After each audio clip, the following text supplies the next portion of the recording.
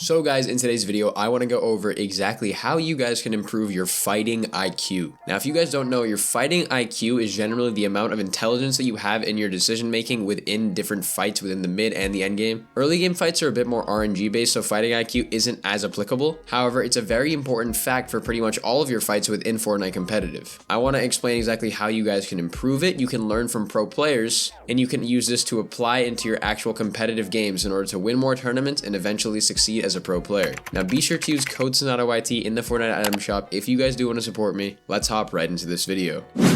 Now first I want to go over some pro player analysis. I'm going to be reviewing MrSavage in a mid-game fight, in which I explain his decision making, exactly how he plays and how he ends up winning the fight.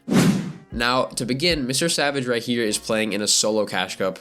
It's a pretty standard competitive event. People are going to be trying pretty hard. It's going to be pretty competitive with good amounts of players, especially in lobbies with MrSavage. And he basically starts this fight by farming some brick, and then he starts by getting shot at. So immediately MrSavage is put onto the defensive position, along with also having a positional disadvantage. MrSavage is located on the low ground while his opponent that he's shooting at him is located above him on the high ground. Something that MrSavage immediately does is that he uses his builds to protect himself, but he doesn't fully box up immediately. He just decides to focus on placing something in between him and the person that's shooting at him, as to not waste too many materials as he is on lower materials, and then he simply is able to get peeks around the area and try to get a beam onto the enemy. Unfortunately, MrSavage doesn't hit any of his shots, and then he gets pushed by this enemy player. This enemy player is tarping above him, still having the high ground on MrSavage, which is definitely a positional advantage. Then MrSavage realizes how low he is on materials, so he uses his intelligent movement around his already placed builds. He tries to get around the builds and then get a surprise shot onto the opponent. He gets a tag off and blocks off any further peeks by trying to fully box up. This is the situation where I would always recommend you guys box up. Once you have your opponent hit, you need to establish majority piece control within the fight, which MrSavage does by boxing up and taking pieces around him. MrSavage is still playing on the defensive here. However, what he does is he looks to get piece control on the area and try to box up the opponent, which helps him slowly transition and turning defense into offense. When he's not able to fully box up the opponent boxes up on a higher ground level and then tries to med. MrSavage realizes this and then tries to break down the area by breaking down various different build pieces by keeping track of which ones are connected and which ones aren't.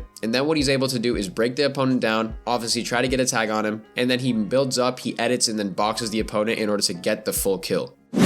Now this is a very good example of how offensive players can be. Offensive players can attack you and you need to play defensive at the start, but then once you get the initial tag onto the opponent, you need to turn that defense into your offense. It's a very smart way of actually playing within the mid game. It works in early game, but it also works in end game. However, in the mid game, it is the most applicable considering that there's the most open space and there's the most likelihood for people actually wkeying you and you trying to be defensive. It is a very intelligent way that I don't see enough people actually using, but MrSavage uses it exceptionally here, and I would highly recommend that you guys continue watching him in order to keep learning the lessons that he does. Now this brings me into my next point. Obviously I went over defense being turned into offense, but now I want to explain exactly how you guys can be offensive in your fights. Obviously guys, you should try to get a pre-tag on your opponent. You should obviously try to have the positional advantage such as high ground and just try to spray your opponent by getting a lot of damage onto them and then continuously applying pressure onto them in order to let them not med. And then obviously you guys need to push up, take their builds, try to piece control them, and make sure that they don't get away by being smart and tracking them through the builds.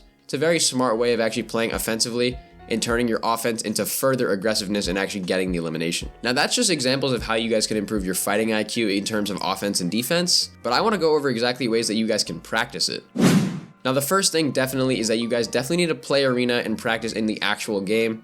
Arena is definitely really good because you guys can W key people. If you're in high lobbies, people will try to W key you. Also, I recommend you guys play solo cash cups, various events where people are going to try to be aggressive. It's a very smart way to actually succeed in your playing defensive and turning it into offense, and offense turning into more offense. I guess the gist of what I'm trying to say, guys, is that you need to really compete in actual events and learn how competitive level players actually play. But if you guys want to practice this outside of your actual in-game endeavors, I'd recommend that you guys definitely play Finest Realistics. The first thing you guys obviously have to do is get to a high enough level within Finest Realistics where the players that you're playing are actually pretty solid. And trust me, there is that level.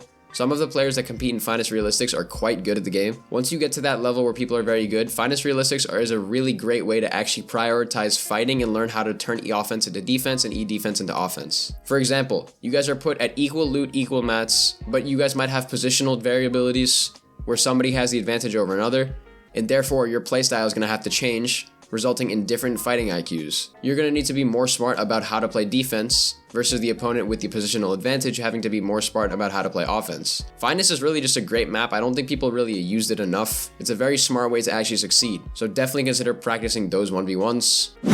But then guys, another way to improve your fighting IQ definitely is to use this piece replacement practice map. Now this really helps with your nuts and bolts mechanics of actually how to improve it, because as you do this more and more, the more practice you get with different various piece replacements, the more likely you are to genuinely understand exactly how to take peeks, how to replace walls, how to actually aim your crosshair based upon the situation, which is really going to be helpful not only in getting the elimination, but also ensuring that you're not going to take that much damage. It's very solid because you guys will not only be able to get the elimination faster, as you practice this more and more, you're going to be able to get the edit off faster and less likely to make errors as you practice this on this map. It's a really good creative map, and I'm definitely going to link this and Finest both in the description, so be sure to check those two out.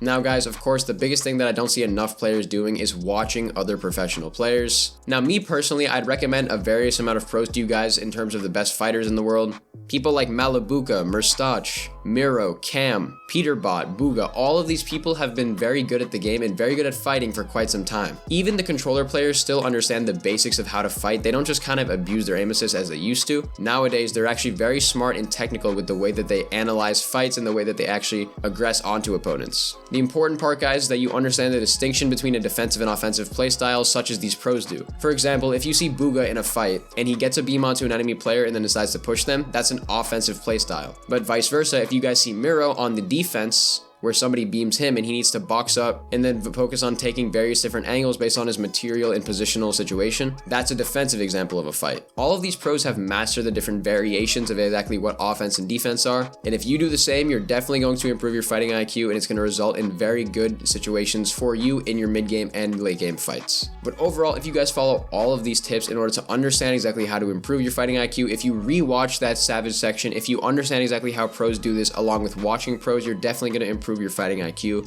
as a result.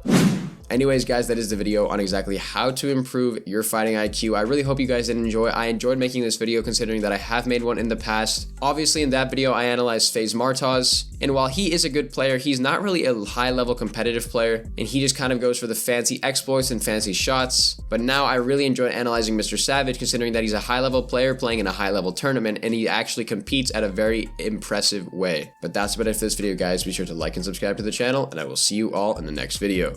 Bye, guys.